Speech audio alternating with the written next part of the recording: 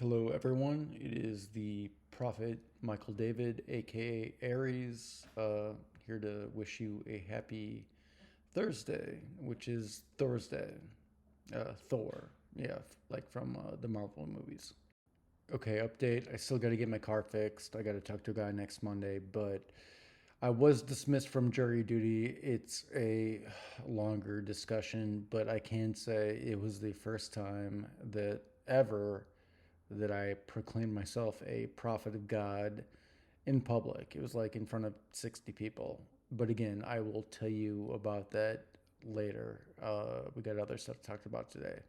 Okay, in my last video, I detailed why I am one in roughly 555 trillion to one, just based on my names and numerology and stuff like that.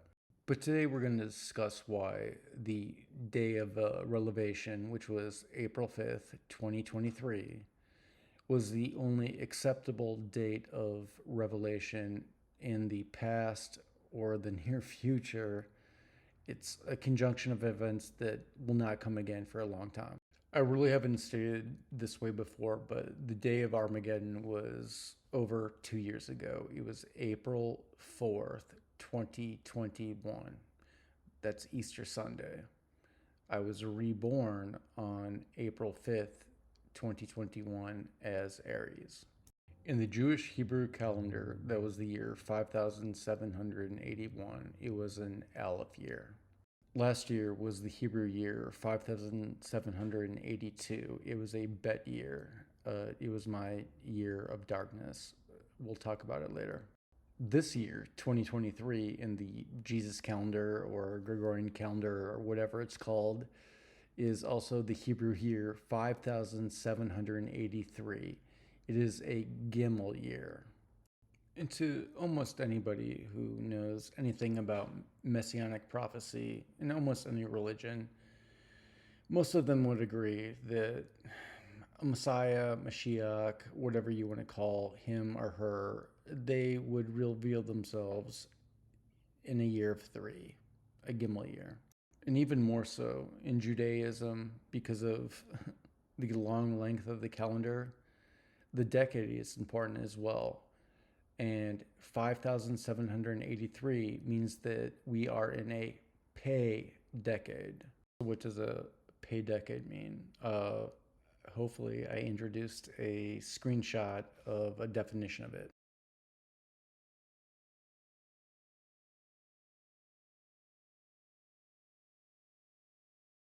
All right, as you can see, the Pei or Fei decade is the one that seems to be the most messianic as well. Okay, now we got to talk about letters and structures and about a concept called Amit or Emet. It's most commonly pronounced Emet, but it's the Hebrew letters Aleph, Mem, Tau, which together mean truth. So a couple examples. I'm a Taurus who was reborn as an Aries, and my name is Michael. That's AMT. That's truth. Tupac Shakur, his name is Tupac Amaru Shakur. He's Tupac Amaru, but one of his other names was Machiavelli. That's TANM. That's also truth. Also, the birthdays of Aries, Michael, and Tupac are spaced out 36 days apart. That's Aries, then Michael, then Tupac. That's also AMT. That's also truth. Okay, now some other conjunctions that will never happen again, or at least not in the cosmological or prophetic sense. Like, we'll never see them again. All right, for realsies, there's a slight time gap in this video because my stray cat named Garfield showed up. She's awesome. We'll talk about her in the future. I'll take some videos of how her and I interact. I just didn't do it today because I was working on this. Okay, conjunctions. Over 2 years ago was the day of Armageddon, April 4th, 2021, Easter Sunday. That was my greatest day ever. If you look at your calendar, you will see that Easter Sunday, April 4th, 2021, also fell on the last day of Passover in 2021. And as I've stated many times previously, I was reborn on the very next day, April 5th, 2021, at exactly a Planck second instant after midnight. I don't exactly remember how Passover and Easter matched up in 2022, as that was my year of darkness. I looked it up once, but it's not important. But in this year, 2023, the year of Revelation, the matching of Easter and Passover is nothing but important. Because in this year, in the year 2023, also the Hebrew year 5783, Passover began on April 5th, 2023, the day of Revelation, and extended to April 12th. And on this year, Easter was right in the middle of those two dates. So again, all those who know anything about numerology or messianic stuff or like the structure of Emmet, you can see that the sheer structure of Passover and Easter in 2023 in a Chinese year of a water bunny too, it's another story, shows very much Emmet, aka truth. And to add the cherry on top here, we're going to talk about a concept. It's not necessarily a Jewish concept, but a concept known as Jubilee or the Jubilee. In most modern terms, Jubilee is known as a year of abundance, but in ancient terms, Jubilee was much more than that. It was also a year where slaves were freed and debts were forgiven. In ancient Jewish culture, the Jubilee was specifically defined. It was the Sabbath of Sabbaths. Just as God created the world in 6 days and rested on the seventh, the Jubilee would be the seventh day, which would be the 49th day. So every 49 years, they would celebrate a Jubilee.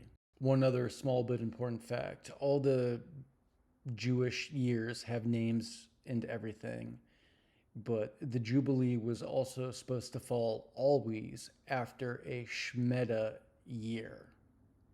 So all that being said, no one really knows what is truly a Jewish Jubilee year since the year 70 AD when the Romans destroyed the second Jewish temple and destroyed all those records. But in conclusion, I would contend and profess as a prophet of God that as last year, 2022, was a Shemitah year, and this is the year of revelation and everything, this is a Jubilee year, the first known Jubilee year in almost 2000. So what's going to be the Jubilee?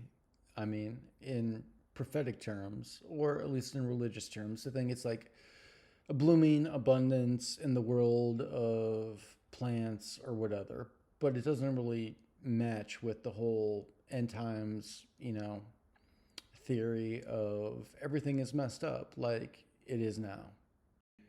The Jubilee is all the information that I've gained from struggling with God for over 2 years now. It'll be 2 years and 54 days tomorrow, so it's 2 years and 53 days today. I say that because I realized what I have to do with all this stuff. I've posted on the internet, but I don't really have a whole lot of followers, anybody it's really commented on. No one's tried to solve my theories, so as I have proclaimed to be Mashiach amongst all other end times prophets, but I do have a definite connection with Judaism, and nobody else has really teed off on my internet stuff to help me disseminate the stuff. I'm going to go, no, I don't think, I'm going to go to like a Jewish learning center. Okay, I'm running out of time here because it can only be 12 minutes long max, but again, I'm not trying to cater to Judaism here or anything. I'm not even Jewish. I'm Hebrew, but I'm not Jewish. It's just that they have the most to gain and most to lose in this situation, and no one has proven me wrong at all. No one has proven me wrong so far. No one's even tried. And I have this very strong feeling for all of the Jewish videos that I've watched on YouTube in the last year and everything, that are people that have cried out for Mashiach for so very long, people who have died with his name on their lips, that they would take any legitimate claim seriously. If not, then, to put it bluntly, they don't deserve their geula. All right, I'm going to wind it down for today. As always, do not touch another person without their consent, and try not to lie. All right, y'all have a good night.